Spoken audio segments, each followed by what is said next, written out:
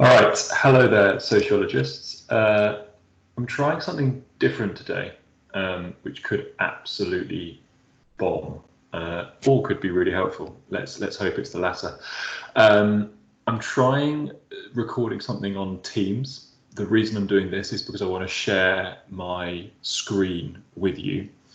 And it's a lot easier doing it this way than it is doing it any other way, kind of on PowerPoint or anything. So what we're going to talk about today is we're going to talk about how to answer certain parts of the sociology exam. So you'll know already that we've kind of got a few essays in this exam, and we're not going to look at those today. Because I think you'll all agree that writing an essay is probably better done when you've got maybe me in the classroom with you to try and help you through that. Although obviously we might need to, go from home at some point if this continues.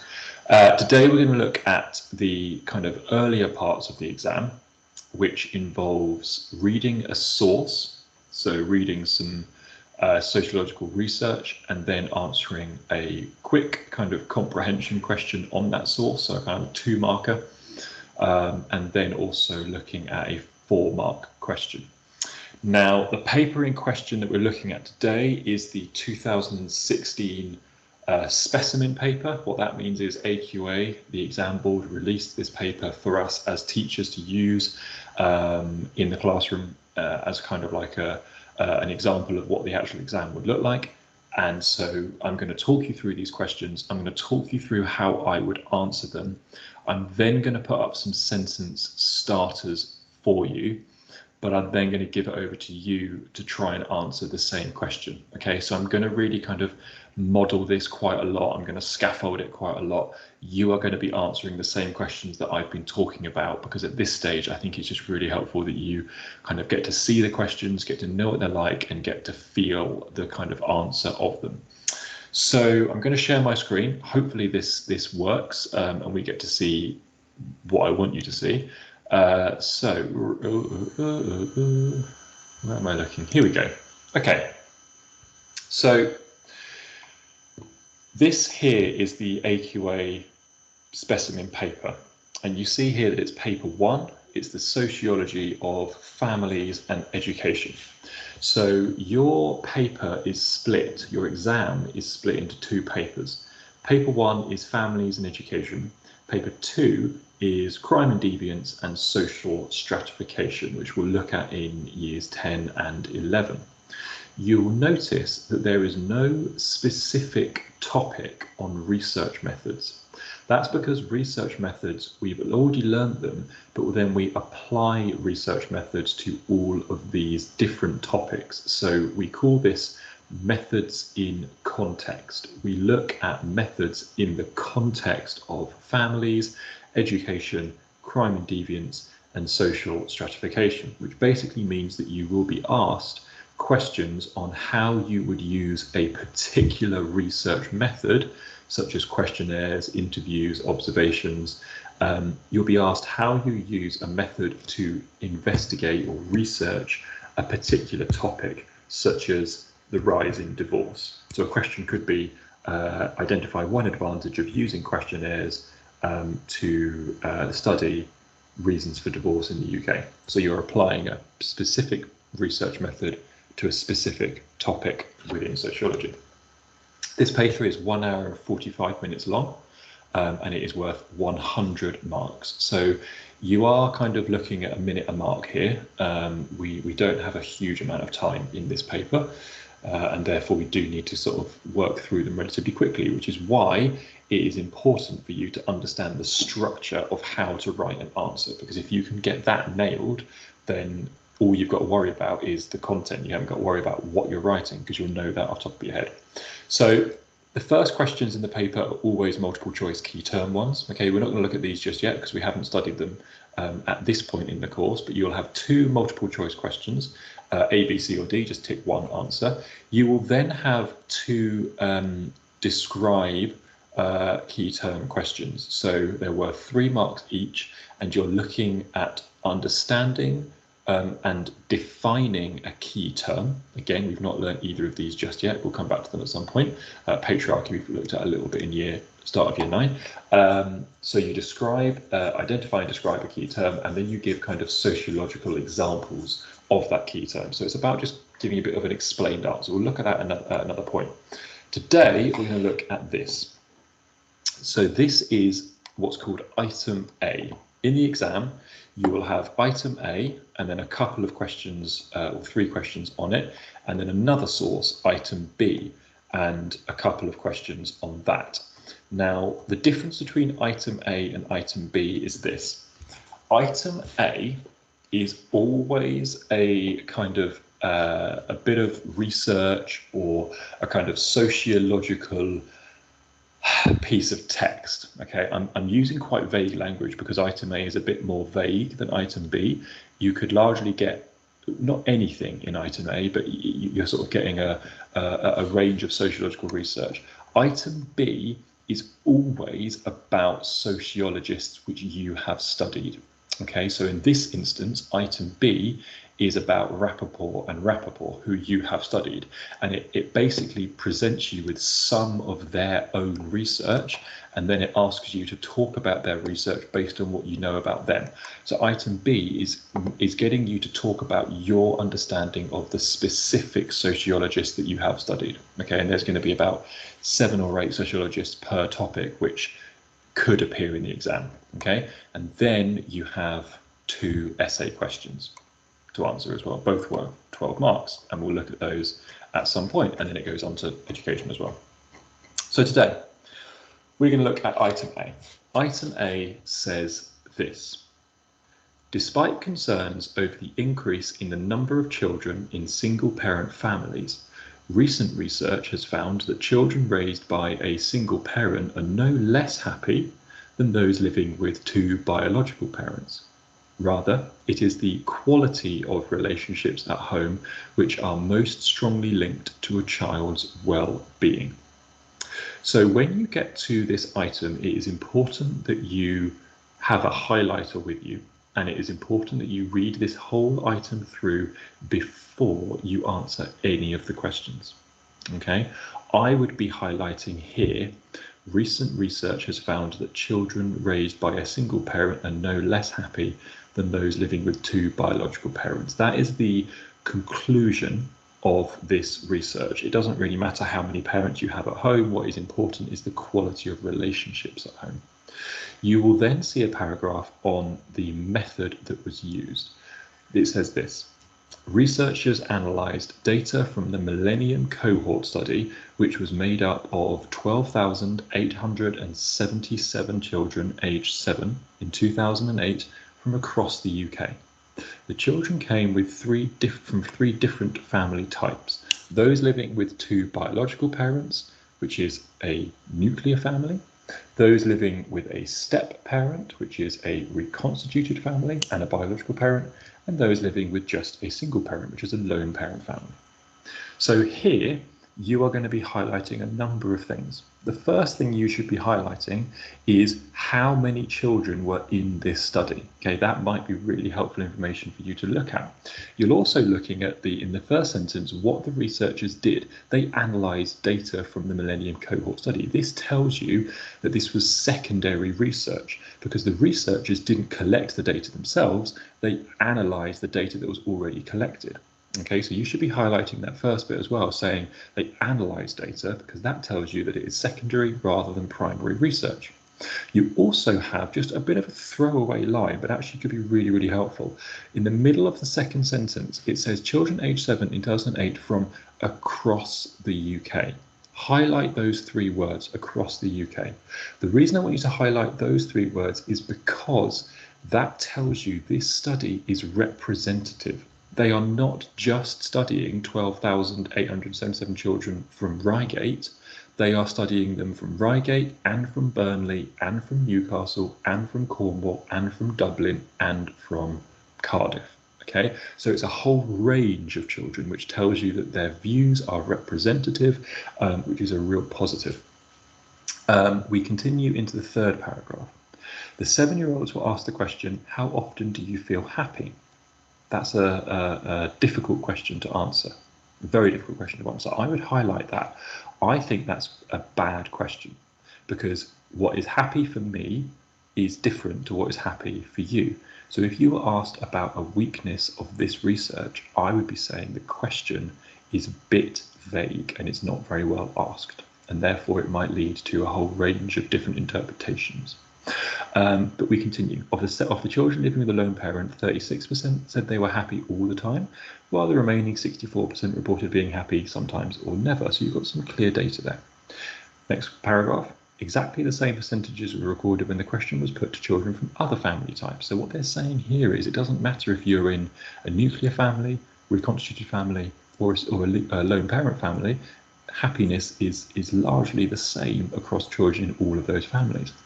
The results were also, final paragraph, largely unchanged when other factors which could influence a child's well-being were taken into account, such as their parents' social class or the affluence of the area in which they live. So again, it doesn't matter about how wealthy your parents are. What matters is the quality of their relationship with you. So you've read that through once. You've got a highlighter. You're highlighting a few different bits and bobs. It's probably not going to be time efficient for you to be annotating this in too much detail. Okay, what I would suggest you do when you come across an item and a source, because if you're annotating it would take quite a long time to go through it, is almost mentally annotate it. Okay, so when you are highlighting something, have a think about why you're highlighting it. So when I was highlighting the words across the UK in the second paragraph, in my head I was thinking, I'm highlighting this because it shows that this is a representative study. Okay, I've not got to write that down, but that's in my head. The reason I think we should be doing that rather than annotating it as we go is simply because of time. Question 5 asks us to do one thing. It says, from item A, examine one strength of the research. So you are finding one thing that this research is good at, one thing that this research has successfully done, and you are thinking pervy, okay? Either practical strength, ethical, reliable, representative, or valid. And you are telling me, number one, what that strength is. That is 1 mark. For a second mark, you are telling me why that is a strength. Okay, so I would be using the second paragraph for this question. For this question, I would be saying something like the following. I would say, one strength of the research is that it covered 12,877 children from across the UK. That's my first sentence. It covered 12,877 children from across the UK. This made it representative.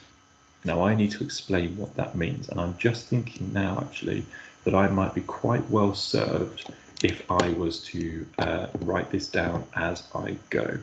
So I'm going to do this. So, question 5. I'm not going to write the question out because you have it on the left-hand side of the screen. For question 5, I'm going to say, one strength of the research is that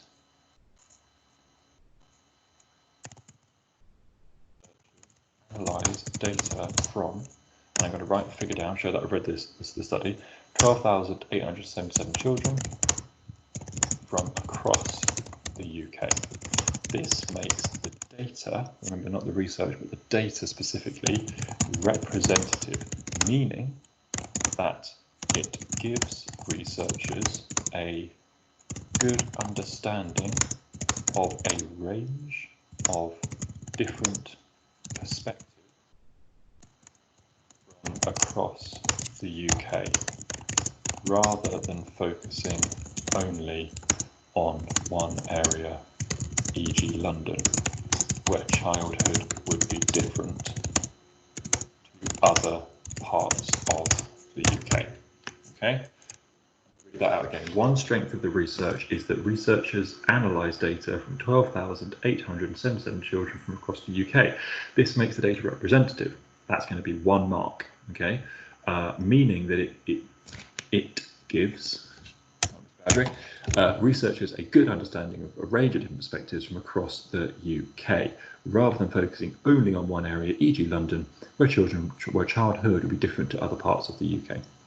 Okay, so in your 2 markers, you are telling me one strength of the research using PERV.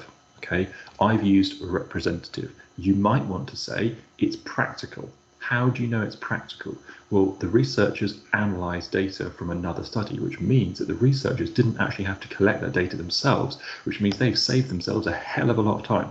Okay, if they were the ones doing that study of nearly 13,000 kids from across the UK, then they would be poor because they'd be doing all of that different work, and they'd have no time because they'd be doing all of that different work. The fact that they're basically magpieing someone else's research is very practical. Okay, it's also ethical because there's at no point are we seeing any names of any children. So children are kept anonymous, children are kept confidential, and therefore it is an ethical study. It's also reliable because it is a quantitative study. You're looking at percentages here, 36% versus 64%. Okay, so it's very reliable data, and therefore this study can be repeated elsewhere. And you can get the similar results. It's not, I would argue, not particularly valid because we aren't looking at why the children feel happy or why they don't feel happy. Okay, so we can't really say it's valid because we're not really getting a true understanding of the child, because we haven't said, why do you feel happy? We're just saying, are you often happy? Which doesn't really tell us very much at all. Okay, so it is practical, it is ethical, it is reliable, and it is representative. So any one of those is a strength. And if you can say why, that will be fantastic.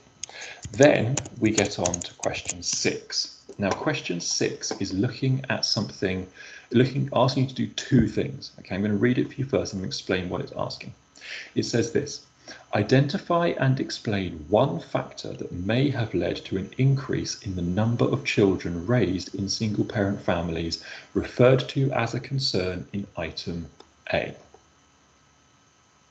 That is a very, very wordy question, and that is intentional. They want to scare you. They want to throw you off. Do not fall for it. Okay? What they are asking here, and the only thing they are asking here, is tell us why there are more single-parent families now than there ever have been before. That's it. That's all they're asking you. They talk about these parent families referred to as a concern in item A because item A literally starts by saying, despite concerns over the increase in the number of children in single-parent families. So they're basically recognising a phrase in item A. But you're not explaining in this question why single-parent families are a concern. You're not talking about why people are concerned about them. All you're being asked to do, and I'm going to highlight it with my mouse, is identify and explain one factor that may have led to an increase in the number of single-parent families. That is all you are doing. Now for this, we go back to our previous lesson on reasons for diversity. Okay, and there are 2 that you could use. You could either use changes in the law, and for that we're going to look at the Divorce Reform Act, or you could look at secularisation.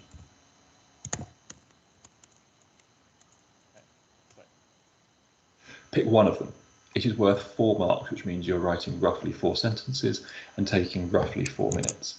In those 4 marks, you need to, number 1, identify one factor. These legal changes, secularisation, are both each one factor. So if you just wrote legal changes, that's one factor, that's 1 mark because you've identified it. You then need to spend 3 sentences explaining how legal changes have specifically increased the number of single-parent families. You're not explaining how legal changes such as the Divorce Reform Act have increased couples breaking up.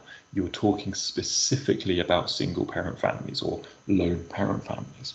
Okay, so make sure you stick to this question. I am going to talk about secularization in this one, okay, because this is one that I think a lot of people are going to struggle with a little bit more than divorce in terms of understanding what it is as a concept. So I'm going to write the following. One factor that may have led to an increase in the number of children raised in single-parent families is, and there's my initial point just to show that I'm in line with what the question's asking, is secularization. Boom. Simple. I've identified a factor, secularization. I now need to, in 3 sentences, explain what secularization is and explain how it is linked to an increase in the number of children in single-parent families. Secularization is the process of religion playing a decreasing role in influencing. Religion's influence over people's behaviour is decreasing. As many people, I'm going to change that, as a growing number of people in the UK no longer consider themselves religious, a growing number of people in the UK no longer live their life by the value of religion. This may mean that there has been a rise in children raised in single-parent families as less people are concerned about religious disapproval of divorce or sex outside of marriage, both of which can be used to explain a rise in single parent families. So as people are no longer concerned about religion, no longer concerned about following religious values, they are also no longer concerned about either getting a divorce or raising a family on their own, having basically had a one-night stand, got pregnant, and then decided to raise a family on their own. Religion, certainly traditional religion, would disapprove of both of those things, divorce and kind of sex in a non-committed relationship, and therefore people are less likely to worry about that. So that's essentially how you would answer both of those questions. Okay, the first question, question 5, is about taking a strength of the research and explaining what that strength means. Question 6 is about using the research, using the source, item A, but actually also using your knowledge of general kind of sociology, your knowledge of, in this case, factors behind the rise in family diversity, to try and answer that question. So your task is as follows, Year 9. You can do question 5 and question 6, and you can either do them in a very similar way to me, but really what I'd rather you did, obviously, is keep the same structure, but I'd rather you identified a different strength and identified a different factor. Okay, so question 5, your strengths that I've not mentioned, or at least not written, could be that it's practical, could be that it's ethical, or could be that it's reliable, and we don't talk about it being valid because it's not really that valid. For question 6, your factor is going to be legal changes, for example, the Divorce Reform Act of 1969, and also the changing divorce laws in 2019. Okay, so you can talk about either of those. In fact, don't do 2019 because the research was done well before then, so just focus on 1969. You can do those. Have a go at the questions. write them down in your book. You don't have to write the source down in your book. You can just use it on the screen as you write. And yeah, good luck. All the best. I look forward to seeing what you have done. If you've got any questions, then please ask me, and we will talk about them on Friday when we have our Teams meeting. All right then. Bye-bye now.